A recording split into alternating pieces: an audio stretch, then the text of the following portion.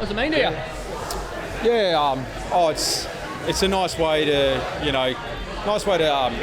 cap off my season, I guess. I personally feel like, sorry, do you want me here? Yeah. Personally feel like I had probably my best year in the league, or that I've had in my 6 years. So, it's a nice way to cap it off, and it's one until tonight I've been yet to jag. So I've fallen short a couple of times, a couple of runner-ups at Geelong. I came third last year. I was chatting with a couple of family members, but this is actually the first best and fairest I've won since my Colts days. So there's been a couple of runner-ups down at South, and runner-up in a Sandover Medal. Like I said, two runner-ups at Geelong my 2 years there. I think I was fourth in a Brownlow and third last year. So I've had a lot of second and thirds, and it's nice to finally jag one. So you had an All-Australian year at Geelong. So how much better do you think this year was compared to that year? Look, I'm not going to lie. I was very good that year, but in terms of consistency this year, in terms of I guess the attention that I've received from the opposition week in, week out, and to be able to come off most games with my head held high. I think in terms of consistency, it's I've had my best year yet. So I know a lot of people are going to say, you were all Australian the second year, but I know for a fact that this year was much better than that. Did the prospect of knowing that you were in contention this midway early in the year actually, did that motivate you to maintain your high standards, knowing that as you said, you have fallen short by one or two places so many times? No, I'll be completely honest. I've never once really thought about this award. You probably think I'm lying, but it's the honest truth. You play out the year. You just try and play as good as you can each game, and then at the end of the year, once it's all said and done, you sort of sit back and you go, I wonder, where you sort of be, and you start sort of trying to think where you on a night like tonight, if there's a chance. And obviously, I was smart enough to know that I was in with a chance, and like I said, it was just nice to jag one. It's one thing for you, Tim, when you think back to your pre-season and I guess how you prepared, what made it possible to have a career best year?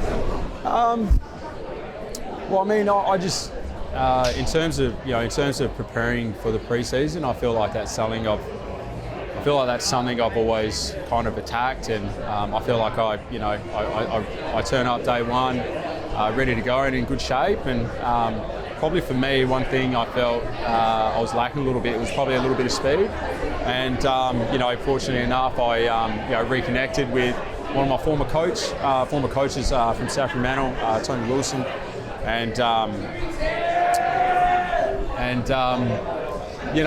that's something he's really passionate about, and he's a sprint coach. It's something that he's doing, and for someone like myself who's never really been taught, I guess, how to sprint and the basic mechanics of just running, he was someone who were able to make some slight adjustments under his eye, and it was something I sort of went after, and I feel like it had, I guess, a massive impact, the short amount of time we spent together to, I guess, the way I was able to perform in pre-season and then carry that forward. So, looking forward to, diving a bit deeper in that space moving forward, and definitely in this off-season. What did you do with it? Was it extra sessions, or was it just general chats that you had to help you? We sort of just stripped a few things back. If I'm being brutally honest, he contacted me because he saw the way that I was running, and he thought it was disgusting. So, and I said, mate, it's funny you mention that, because I've actually never been able to taught how to actually run, and so it was just something very small that I feel like has definitely helped me, and it's not something that I kind of I didn't have to change a hell of a lot, but there was certain little things that made me just a more efficient runner, and I guess the speed element sort of came off the back of that. So like I said, I'm looking forward to getting to work with him as the rest of the playing group, again. Turning up day one, ready to go. So. What's the pressure been like on you to come over, needing to come home from family reasons, having the big contract and the team not playing well, and to then have to try to perform? What's it been like being the high-profile recruit and now to achieve this as a result? I guess, like as you just touched on, the pressure's always been there, and the pressure's always going to be there. Again, I'm pretty good at sort of compartmentalising the things I do from day to day, and when I get home, I live a very different life to one I live at the club. So for me, it's very easy to switch off, especially with 3 young boys. I guess my family has been really important this year in being able to even when things are going good, it's very easy to switch off. When things obviously aren't, it's still very easy to switch off just because of them. So like I said, that is always going to be there. Obviously, it was a big move, and it's one that's always, I guess, going to stick with me. But I'm absolutely loving my time at West Coast, and I'm determined, as a lot of our other leaders, to do everything we can to help this group move forward and help our club get back to winning games and playing very good footy. The team's had, Tim, you had great seasons in a strong Geelong team.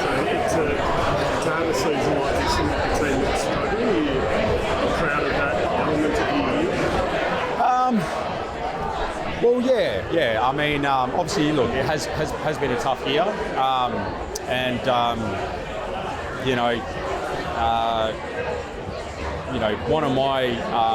one of my biggest strengths, I think, is leading by action, and that obviously happens game day. So for me, the best way I could, the best way that I could help these boys, is to not only talk about it, but go out and sort of show them, and that's the best way that I think I lead, especially for the younger boys. So,